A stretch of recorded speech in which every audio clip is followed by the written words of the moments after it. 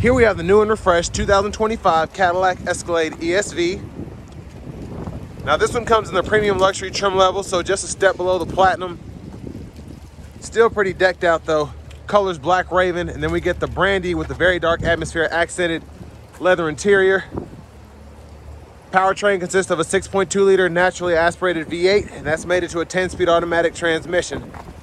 So one of the two biggest changes is going to be this front fascia here. We get a more Cadillac Lyric-esque front end, which I really like. LED headlamps along with the LED daytime running lights, and then the running lights right there, the headlamps are actually integrated right in there. And then we still get a nice little light there as well. So very interesting in terms of the appearance. Like the big bold grille though. 22-inch aluminum wheels. And then we do get passive keyless entry on the front. Memory seat functions are here. We get one-touch automatic up and down windows on all four doors. Power folding side mirrors with blind spot monitors in them. And then our power door lock controls. New handles, nice. We get the AKG sound system. And then over here we have our four-wheel drive controls, drive modes, trailer brake controller, electronic parking brake. And we even have the speakers, as you can see in the front there. Power tilt and telescoping steering wheel. And then here's our power driver's seat with four-way power lumbar support. And I just love this leather. Feels nice, looks nice in terms of the design. And then if you're ever trying to tow with this thing, you can get up to 7,800 pounds conventionally. But big thanks to Cadillac of Murfreesboro for allowing me to review this Escalade ESV today. I'll leave a link below in the description. And if you're looking to find the best price on a new Escalade or any new vehicle in your area, click on that second link down below.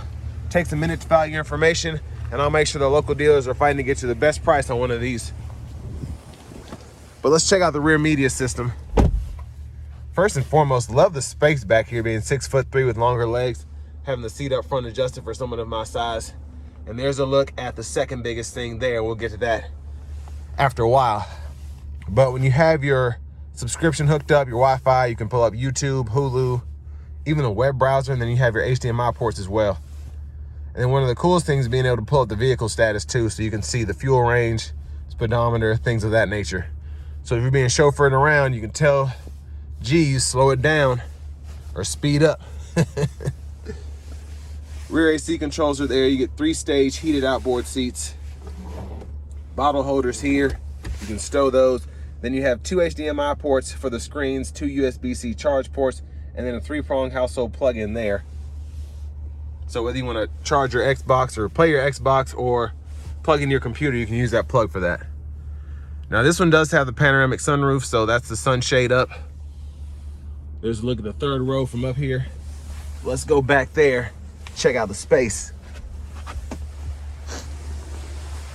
So it's a tight squeeze in between these two seats, of course, but what's really impressive is sitting behind myself in the second row, knees aren't even touching the back here. So I'm very impressed by that.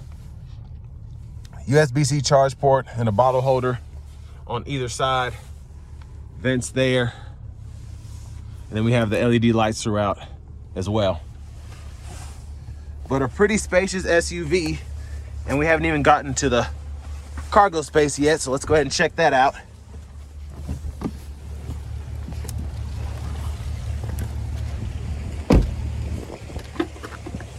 Fuel filler there.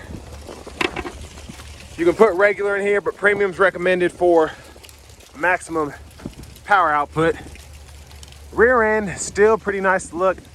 Very little in terms of updates there. And I apologize if the wind noise is coming through my speaker there.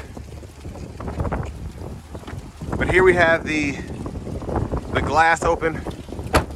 I said speaker, I meant microphone. And then you just hit the emblem to open the lift gate here. And then you have your top tethers behind the seats themselves. You can power release your second row and then power fold your third row. And that'll fold flat when the seats up front are up far enough. So crazy the amount of space you have here. These can still fold flat even where the second row seats are. and then all of that space behind the third row itself. So while that's going down, quick look underneath the vehicle. You can see the spare tire there, and then the dual exhaust comes out of the inlets there. But very impressed so far with just how this thing is equipped. So if you ever want to fold the seat, all you have to do is lift that. Might need a little push here. It wasn't locked in all the way.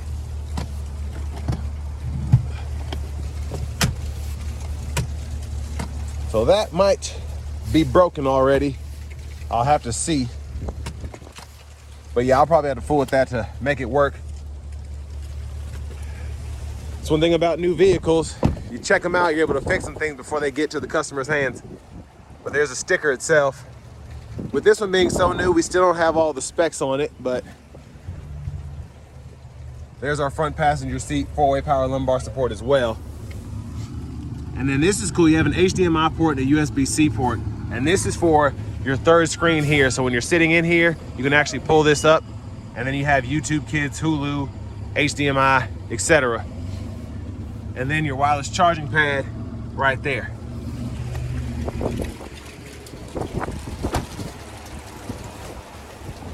So coming back around to the front, I didn't notice we do get an illuminated badge here, which is nice. Love having that. But there's that 6.2 liter V8, mostly covered up.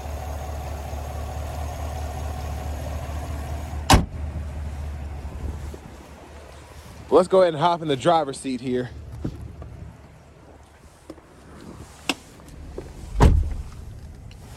So leather wrap steering wheel here, which is heated. You can see that it's on now with it being freezing outside.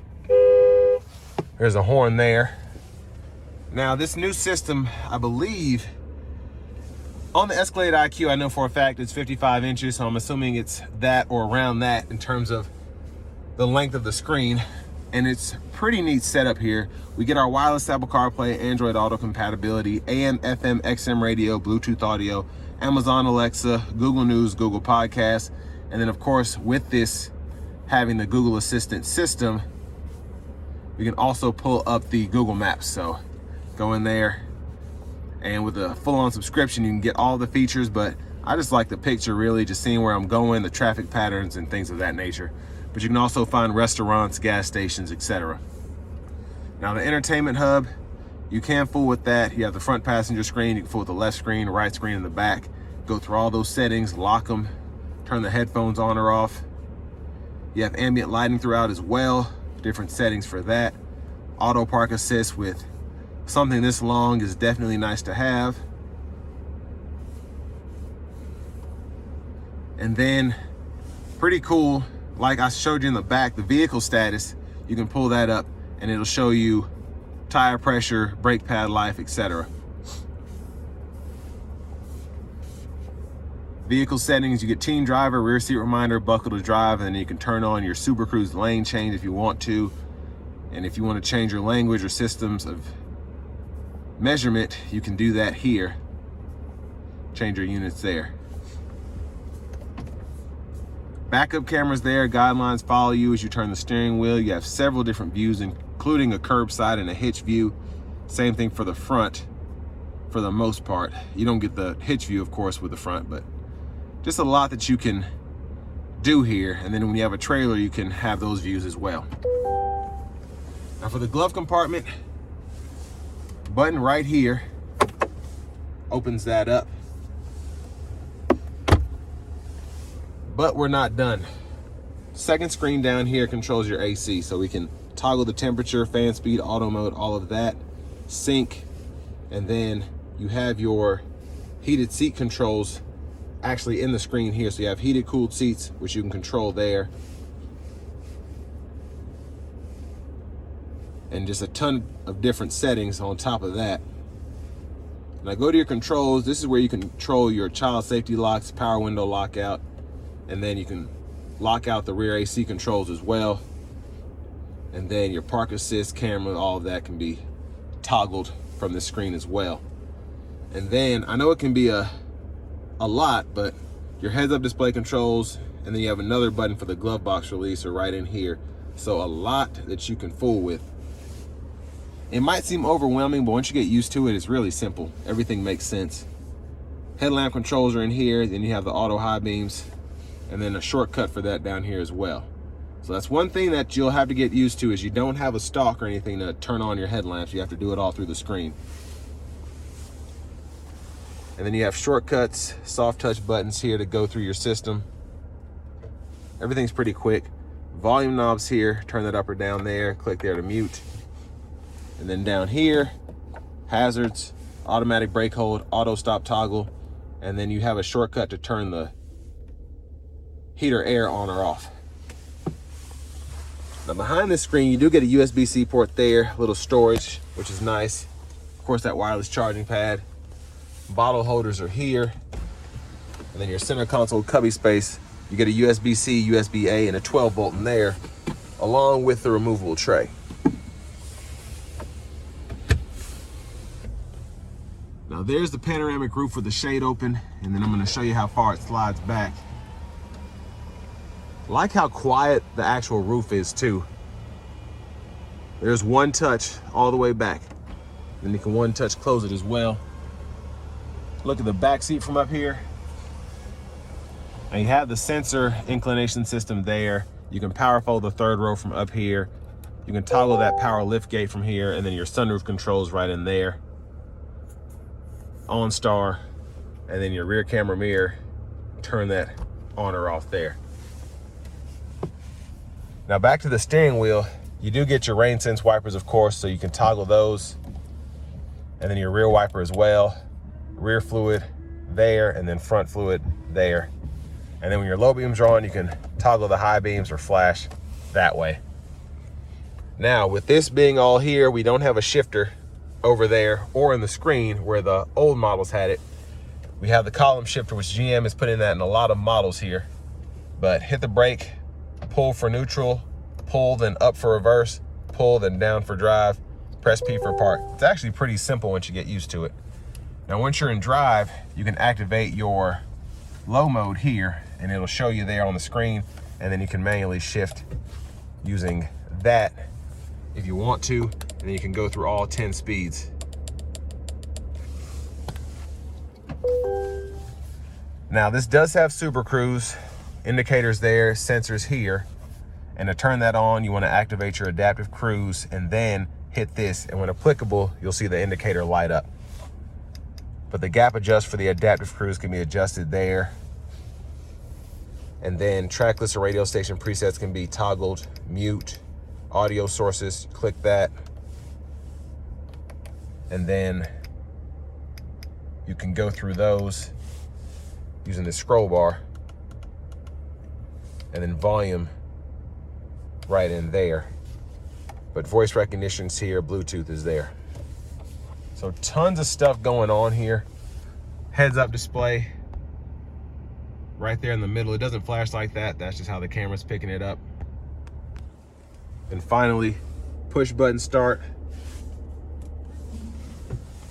And here are the key fobs here with remote start.